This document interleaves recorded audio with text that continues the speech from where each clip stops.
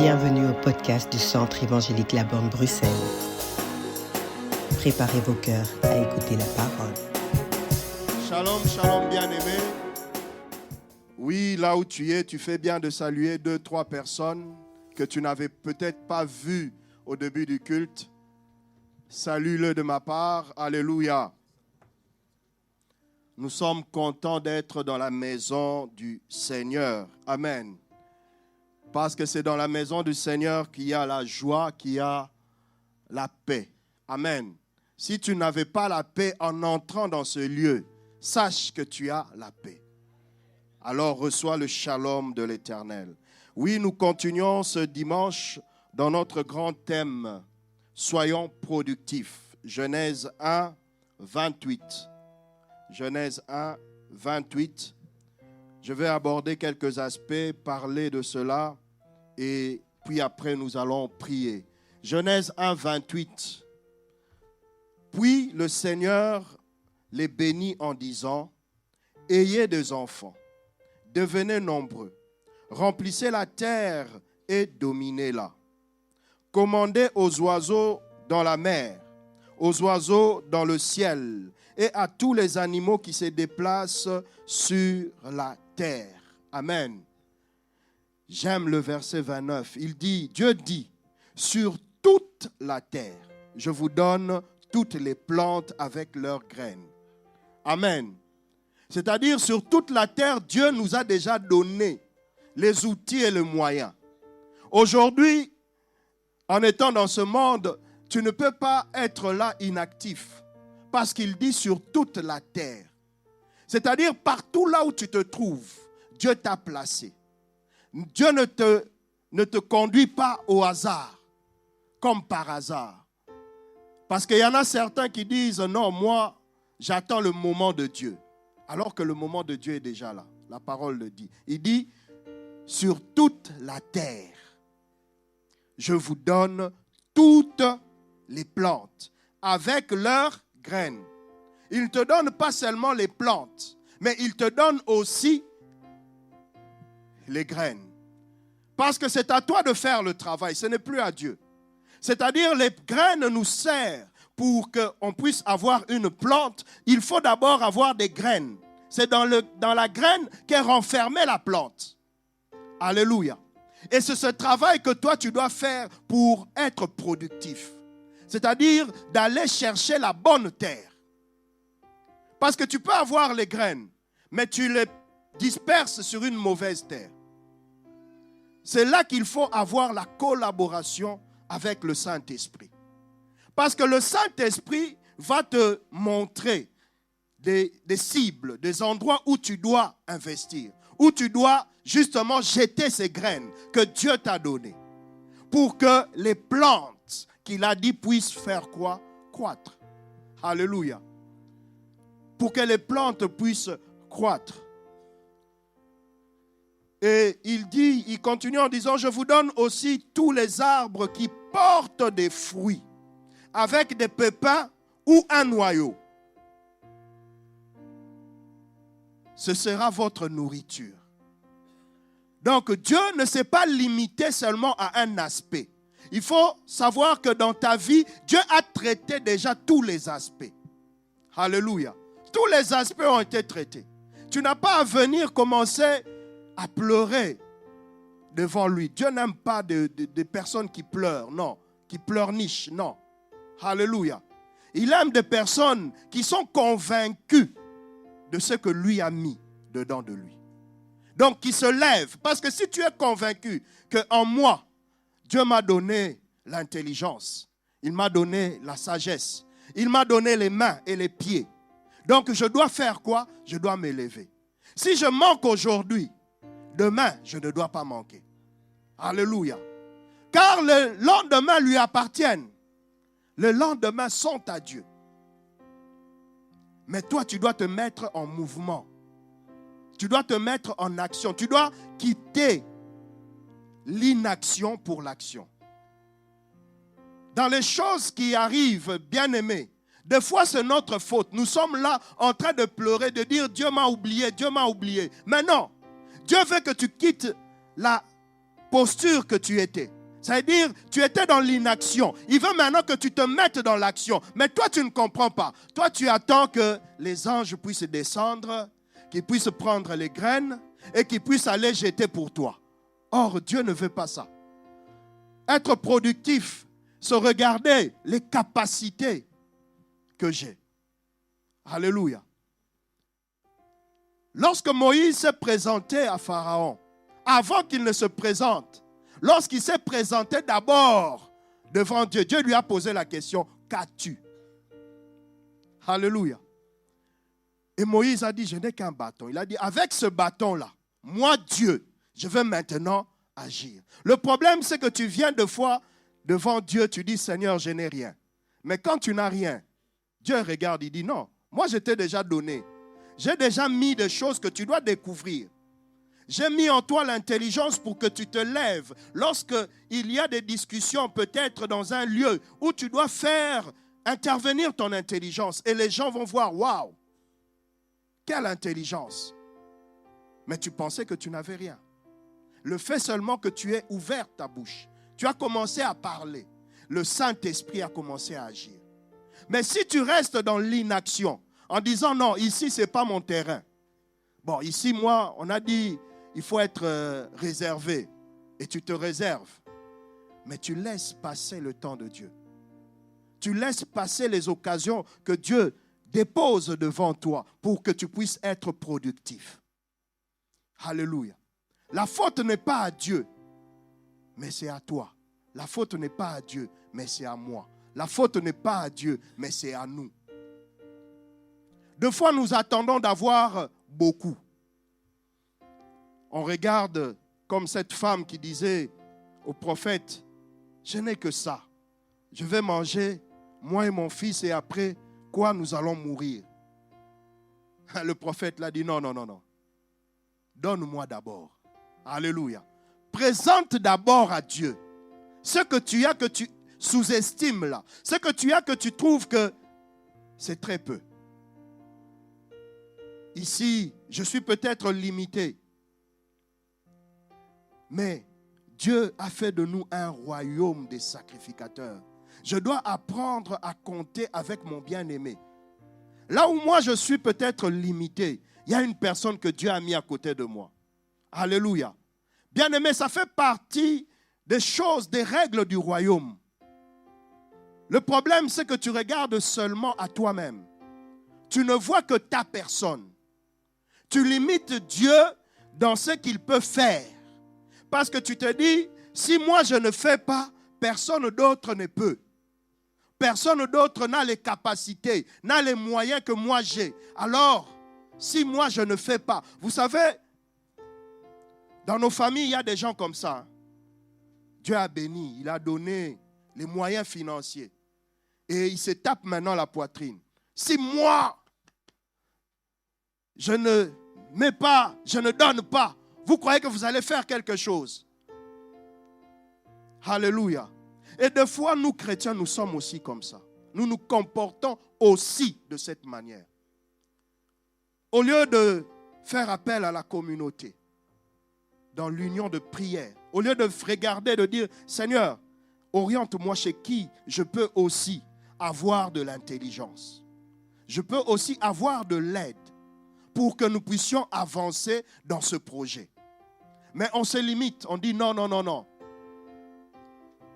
Ici, je suis le seul à prier. Et des fois, nous bloquons Dieu dans l'action. C'est-à-dire, nous pensons que Dieu agit seulement avec ceux qui sont enfants de Dieu. Comprenez-moi très bien. Il a dit ici, si nous lisons, il dit, sur toute la terre, je vous donne toutes les plantes. Dans toutes les plantes, il y a des plantes qui sont mauvaises et qui sont bonnes. Mais le Seigneur a dit, je vous donne toutes les plantes. C'est-à-dire, dans les plantes qui sont mauvaises, moi, je dois dominer. Alléluia. Je veux maintenant faire comprendre quelque chose. C'est-à-dire, quand le Seigneur nous place, quand nous avons des personnes, qu'ils soient dans les sciences occultes, qu'ils soient dans je ne sais quelle maison mystique, Mais lorsque moi je me lève pour un projet et que lui a été placé déjà quelque part, moi je dois arriver à prendre la domination. Ce n'est pas lui qui doit dominer, non, c'est moi. Mais le problème c'est que je me réserve, je dis, non, ici, ce sont seulement tels qui sont là, qui font les choses. Et tu te bloques. Tu ne sais pas que Dieu est au contrôle de toutes choses. C'est-à-dire, même lui, dans ce qu'il fait là, le Seigneur sait qu'au moment où il veut l'utiliser pour sa gloire, il le mettra à ta disposition. Alléluia. Rien ne pourra te nuire. C'est la parole qui le déclare. Mais le problème, c'est que toi-même, tu te nuis déjà. C'est-à-dire, toi-même, tu dis non. Au lieu de prendre le temps dans la prière, d'invoquer Dieu, de dire, Seigneur, révèle-moi ici. Quelles sont les stratégies que je peux mettre en place? Vous savez, lorsque Dieu visite le prophète pour qu'il aille parler à David par rapport au péché qu'avait commis David, le prophète revient en lui-même. Dieu lui a parlé. Il lui a donné l'ordre de mission. Va. Il n'a pas pris cet ordre de mission pour dire, David, viens ici, assis-toi. Moi, je suis celui à qui Dieu parle. Non. Il a tenu compte de la position de David. Il a dit, ici, David est roi. Même si j'ai l'ordre de mission de Dieu, mais je dois d'abord arriver à savoir comment est-ce que je vais m'adresser à lui. Parce qu'il est établi sur un royaume. Alléluia. C'est-à-dire, il a le pouvoir de la vie et de la mort. Si je vais et que je m'adresse mal à lui, c'est ma vie qui sera mise sur la table. Alléluia. Il n'a pas dit, Dieu, protège-moi parce que non. Il a fait appel à son intelligence, à sa sagesse. Il a dit, ici, je dois trouver la stratégie, la manière dont je dois me présenter à lui pour que je puisse être productif. Parce que je dois produire un résultat. Dieu, quand il m'a donné l'ordre de mission, c'est pour aller, que je puisse produire un résultat. C'est-à-dire que David arrive à accepter ce que je veux lui dire et à se repentir, à abandonner le mal et à rentrer dans le droit chemin. Des fois, c'est ce qui nous manque en tant que chrétiens. Moi, je prophétise. Donc, si je te dis, tu n'acceptes pas, Dieu m'avait dit. Non, bien-aimé, Dieu t'a dit. Mais la démarche, c'est maintenant toi qui dois la faire. C'est-à-dire, tu dois user d'intelligence et de sagesse. Tu dois savoir les tempéraments de la personne. Parce qu'il y a des personnes, tu viens, tu dis comme ça, tu termines, ils commencent à te boxer. Ah oui, parce que tu es venu, tu n'as pas tenu compte que c'est quelqu'un qui est colérique. Tu viens, il n'aime pas qu'on lui dise des choses comme ça, crues. Et toi, tu viens, tu commences à balancer. Pourquoi? Parce que tu dis, j'ai le casquette, j'ai le manteau de prophète. Tu vas te faire taper. Hein? Alléluia.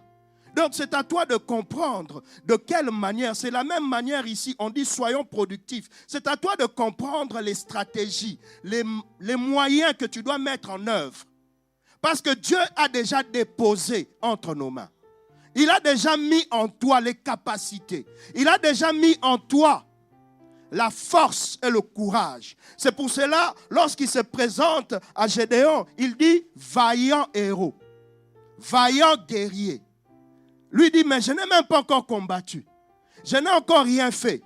Mais Dieu savait que en lui, j'ai déposé des choses qui doivent quoi? Se manifester. Mais ces choses, pour que ça se manifeste, il fallait qu'il quitte l'état de l'inaction pour entrer dans l'état de l'action. Alléluia. Et c'est comme ça que si tu veux voir des choses dans la production avec Dieu cette année, tu dois te lever. Ne reste pas dans le monde de rêve. Tu es en train de rêver, de dire, Seigneur, bénis-moi. Seigneur, fais ceci. Mais tu es toujours dans l'inaction. Tu ne te lèves pas pour prendre possession des choses qui sont à toi, que Dieu a déjà mis et disposé sur ton chemin. Sur ton chemin. Et je comprends la parole de Dieu. C'est pour cela qu'il a dit, je ferai de vos ennemis vos marchepieds. C'est-à-dire que les ennemis doivent être là. Pour qu'à un moment, ils deviennent quoi? Des marchepieds. Mais qui va marcher? C'est toi, c'est pas Dieu. Alléluia. C'est toi qui vas commencer à te mettre en mouvement pour se lever, commencer à marcher. À aller vers ta destinée. À aller vers ta bénédiction. À aller vers ce que le Seigneur t'a promis. Parce que si tu ne le fais pas, tu pourras rester des années et des années dans la situation que tu es. Et cela ne va pas changer la nature de Dieu. Parce que des fois, nous pensons que Dieu est surpris par les événements. Non. Dieu contrôle les événements.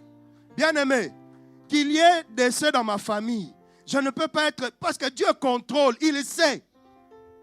Des fois, nous sommes là abattus dans des choses que Dieu lui-même est au contrôle. Et je comprends pourquoi David, lorsque son enfant était malade, il a tout fait. Parce qu'il sait que c'est le moment ici, je peux encore avoir l'attention de Dieu. Alléluia. Sur ce problème, je peux encore. Mais dès que l'enfant, Dieu a retiré le souffle, il s'est levé, il s'est mis à marche. On a dit, ses serviteurs étaient, comment je peux dire, confus. Parce qu'ils ont dit, oh, l'attitude qu'il manifeste maintenant, c'est cette attitude qu'il ne devait pas avoir. Mais lui, il a cette attitude-là. Parce qu'il sait que non, l'enfant, c'est Dieu qui l'a repris. La gloire revient à Dieu. Moi, je continue ma marche. Moi, je continue à faire ce que Dieu veut que je puisse faire pour lui. C'est au moment où il était encore malade, souffrant, que je suis venu, j'ai tout fait, j'ai laissé, j'ai même abandonné ce que je devais faire. Parce qu'en ce moment-là, Dieu peut prendre pitié de moi. Mais au moment où il a décidé, maintenant là, c'est-à-dire sa souveraineté à parler. Alléluia. Et souvent, chrétiens, nous sommes là en train de nous poser des questions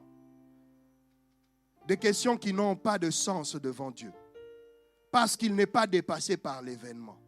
Il n'est pas surpris de ce qui t'arrive. Dans les moments de deuil, faisons très attention à notre bouche. Parce que nous pouvons maudire Dieu pour la situation là. Tellement ça te fait mal, tu commences à dire des choses. Mais dans les choses que tu dis là, tu ne sais pas que tu maudis Dieu. Au lieu seulement de lui rendre gloire.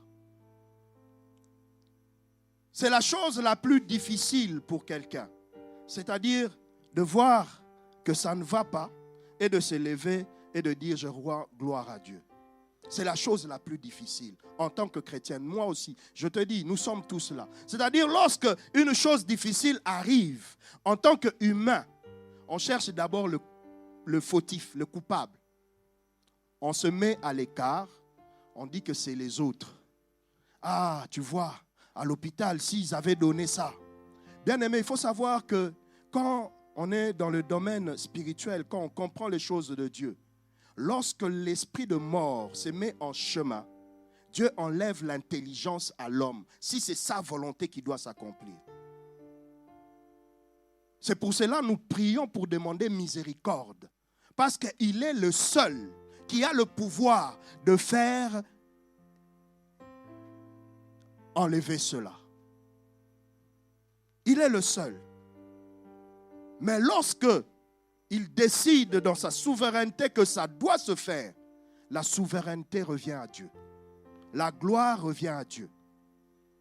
Ne cherche pas des accusateurs, ne cherche pas à regarder à quiconque. Humainement, on peut t'expliquer tout ce qu'on peut t'expliquer. Mais spirituellement, c'est Dieu qui a décidé. Alléluia. C'est Dieu qui a décidé.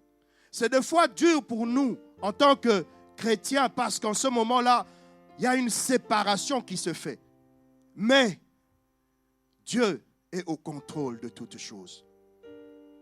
Alors, soyons productifs cette année. Ayons nos regards tournés vers Jésus. Ayons nos regards tournés vers Dieu. Lève-toi. Lève-toi. Ne dors pas sur ta couche. Lève-toi dans la prière pour être productif. Parce que le secret dans ce monde, c'est d'abord dans le monde spirituel. Dans le monde physique, tu peux sembler être fort. Tu peux sembler être dur. Tu peux sembler être bien. Mais dans le monde spirituel, si tu n'es pas assis, si tu n'es pas ancré, tu risques d'être balayé. C'est-à-dire, l'ennemi vient, il regarde, il dit, ah, c'est vide, hein? Mais vous voyez que, waouh, il est bien, il a beaucoup d'argent, il est dans ce monde, il a des positions, il est placé à un certain niveau. Mais dans le monde spirituel, il n'y a rien. L'ennemi vient et il balaye tout d'un revers de la main. Et la productivité ici ne s'arrête pas seulement à une productivité des choses matérielles de ce monde, non. C'est aussi être productif dans les choses, dans le domaine spirituel. Alléluia. Nous avons pour cela le livre de Matthieu 28, 19, où ce Christ lui-même, on dit souvent que c'est un ordre, mais c'est un ordre pour que nous soyons productifs. Il dit, allez et faites de toutes les nations. Alléluia. C'est-à-dire, je dois produire pour lui des disciples. C'est ma part dans l'exercice spirituel. Je dois être ce qui motive les gens. Parce qu'aujourd'hui, le diable nous amène dans beaucoup de choses pour ne pas nous permettre de faire ce que Dieu veut que nous puissions faire. Alléluia.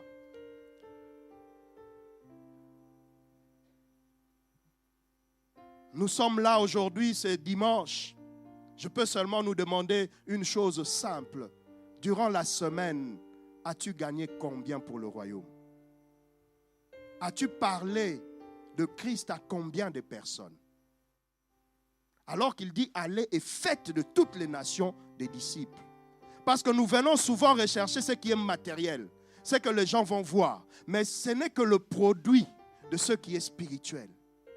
Parce que si tu te mets à l'œuvre pour les choses du royaume, Dieu s'occupera de tes choses, de ta situation. Des fois, nous voulons rechercher des bénédictions, mais sans pour autant connaître la profondeur de ces bénédictions, que c'est Christ. Si je me mets à faire pour lui, lui aussi de son côté va agir dans ma vie, va agir dans ma situation. Bien-aimé, il y a des situations pour lesquelles tu n'auras même pas à prier. Parce que tellement tu es productif dans le domaine spirituel que Dieu lui-même regarde comment est-ce qu'il peut te faire plaisir. Comment est-ce qu'il peut réjouir ton cœur. C'est pour cela, la parole dit, faites de l'Éternel tes délices et il te donnera. C'est-à-dire lui-même. Alléluia. Il sait que tu as besoin. Et vous savez, lorsqu'on prend dans les évangiles, on suit le parcours de Christ, on va constater une chose, que Christ ne s'inquiétait pas de ce qu'il devait avoir. Alléluia. Parce qu'il était en train de faire ce que son Père voulait. Il sait que dès que j'ai besoin, mon Père a déjà disposé. Et c'est pour cela on voit qu'il envoie les disciples sans leur donner même un sou. Dans la réalité actuelle, c'est-à-dire quand tu m'envoies, va prendre telle chose. Je vais te dire, 1, c'est à toi, ça t'appartient. 2, si ça ne t'appartient pas, tu me donnes l'argent pour que je puisse m'en procurer. Mais Christ n'était pas dans cette réalité-là. Pourquoi? Parce qu'il savait que je fais le travail de mon Père. Alors lui de son côté met toutes choses à ma disposition. Alléluia. Met toutes choses à ma disposition. Je n'ai pas besoin de m'inquiéter. Et même lorsqu'il devait aller célébrer la Pâque, il envoie ses disciples. Il leur dit, vous allez trouver tel, l'âne est là. Il dit, si on vous pose, donc ça veut dire, si on veut faire une opposition avec vous, dites seulement, le maître en a besoin. C'était ça la monnaie d'échange. Ne présentez pas l'argent. Dites seulement que le maître en a besoin. Oh bien-aimé, je ne sais pas pourquoi tu te tourmentes, pourquoi tu prends des soucis pour des choses que Dieu t'a déjà données. Pour les choses que Dieu a déjà mis à notre disposition. Des choses pour lesquelles c'est à nous de nous lever. Plus à Dieu, non. C'est à nous de nous lever. De se lever pour commencer à déclarer, commencer à ordonner. Pour se lever, pour commencer à se mettre en route, en chemin. Parce que Dieu veut que nous soyons en mouvement. Il ne veut pas que nous soyons assis, non. Il veut que nous soyons en mouvement. Alors tu dois apprendre à te lever. Te lever premièrement dans la prière. Alléluia. Prendre le temps de prière pour commencer à parler avec lui. Pour discuter avec lui. Deuxièmement, dans le jeûne. Parce qu'il y a certaines choses, certaines situations qui peuvent résister. Comme cela a été pour les disciples. Mais lorsque intérieurement tu es fort, cela ne pourra pas subsister. Alléluia. Et troisièmement, apprendre la parole et à déclarer. Ce qui est écrit, Seigneur, moi aussi, je veux vivre cela. Moi aussi, je veux expérimenter cela. Saint-Esprit, je veux que ce que déclare la parole, que cela soit aussi ma vie. Que je partage cela. Parce que c'est un héritage que tu nous as donné. Alléluia. Et quatrièmement, c'est se mettre en action de manière physique. C'est-à-dire, si j'ai des choses à faire valoir, je dois le faire valoir. Je ne dois pas les garder. Je ne dois pas dire non. Il va envoyer quelqu'un qui viendra de manière imaginaire. Non. Bien-aimé, Dieu utilise l'homme pour bénir l'homme. C'est le processus de Dieu. Mais si tu ne le comprends pas, tu vas rester là, tu vas attendre longtemps. Mais cela ne change pas Dieu. Il reste Dieu. Il reste Dieu. Ça, c'est très important. De savoir que Dieu ne bouge pas de sa position en fonction de la variation des choses qui se passent dans ma vie. Non. Il ne bouge pas de sa position en fonction de cela. Il y a des choses pour lesquelles toi-même tu dois te lever. Il y a des choses pour lesquelles toi-même tu dois déclarer. Il y a des choses pour lesquelles toi-même tu dois ordonner. Parce que tu veux vivre la production cette année. Alors tu dois demander au Saint-Esprit, montre-moi ce que je dois faire. Tu as mis entre mes mains non seulement des arbres, mais tu as mis aussi des graines pour lesquelles je dois jeter. Je dois aller trouver la bonne terre pour que ça puisse produire, pour que ça puisse donner quelque chose. Montre-moi, Seigneur. Oh, seul je ne suis pas capable. J'ai peut-être besoin d'aide. J'ai peut-être besoin de soutien. J'ai peut-être besoin d'être accompagné. Mais toi, Saint-Esprit, parce que toi, tu sondes les cœurs et les reins. Alors montre-moi vers qui je dois y aller. Alléluia. Vers qui je dois me tourner. Bien-aimés, les choses de l'esprit sont compliquées parce que lui seul en a le contrôle. Sinon, nous allons tout faire. Mais parce que nous devons rester dépendants de Dieu, nous devons comprendre que s'il a fonctionné de telle manière avec ma sœur X ou Y, c'est sa grâce. Mais moi, je dois revenir auprès de lui pour qu'il me donne des instructions. Si ces instructions-là sont la même que ma sœur XY, gloire à Dieu. Le problème, c'est que nous voulons faire du copier-coller. Il a fait pour tel, tu vois, hein, il a dit, il avait fait 14 jours, il a jeûné, mais c'était son instruction. Alléluia. Moi aussi, je dis moi aussi, Seigneur, 14 jours, Mais le Seigneur ne t'attend pas là-bas. Tu es en train de passer à côté. Le Seigneur ne t'attend pas là-bas. Pourquoi? Parce que tu n'as pas reçu une directive de lui. Tu le fais parce que tu le veux. Alors que Dieu, on ne le conduit pas comme un enfant. Non. Dieu reste Dieu. Alléluia. Dieu reste Dieu. Apprends à revenir vers lui, à demander l'orientation divine, à demander, Seigneur, qu'est-ce que tu mets devant moi pour que j'avance? Qu'est-ce que tu veux que je puisse faire? Guide-moi. Lorsque tu prends ce temps d'intimité avec lui, il va maintenant être là pour toi.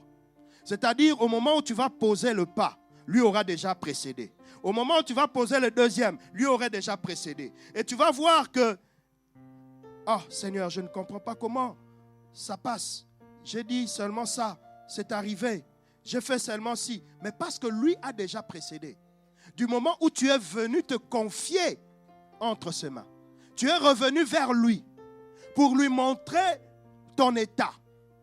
Dire, Seigneur, moi, je ne peux pas. Je ne peux pas, Seigneur. Je suis faible. Je ne suis pas fort. Non. Les gens peuvent me voir disant, oui, il est fort dans la prière, il est fort dans ceci. Non, Seigneur, devant ta face, je suis faible. Devant ta face, je viens pleurer, Seigneur. Devant ta face, je viens m'humilier. Devant ta face, je viens, Seigneur, me faire tout petit. Parce que je sais que c'est toi qui es la source.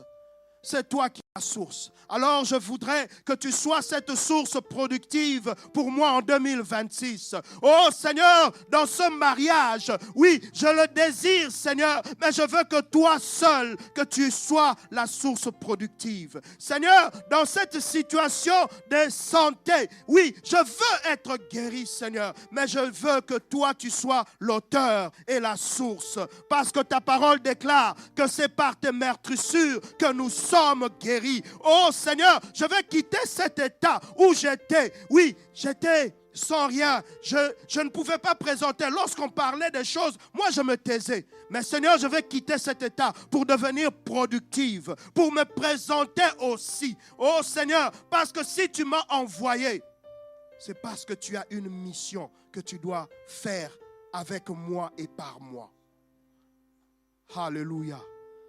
Nous allons nous lever dans la prière, bien-aimés. Soyons productifs en 2026. Je ne sais pas dans quel domaine, je ne sais pas pourquoi tu réclames la main de Dieu. Toi-même, tu le sais. Alléluia. Toi-même, tu le sais. Oh, parle-lui maintenant. Dis, Seigneur, je viens me confier à toi. Je viens m'abandonner entre tes mains. Je veux être productif. Cette année, Seigneur, dans les projets que j'ai, dans les projets éternels que tu as déposés dans mon cœur, je veux être productif. Je ne veux pas passer à côté. Oh, toi le Seigneur des Seigneurs, sois avec moi, Seigneur.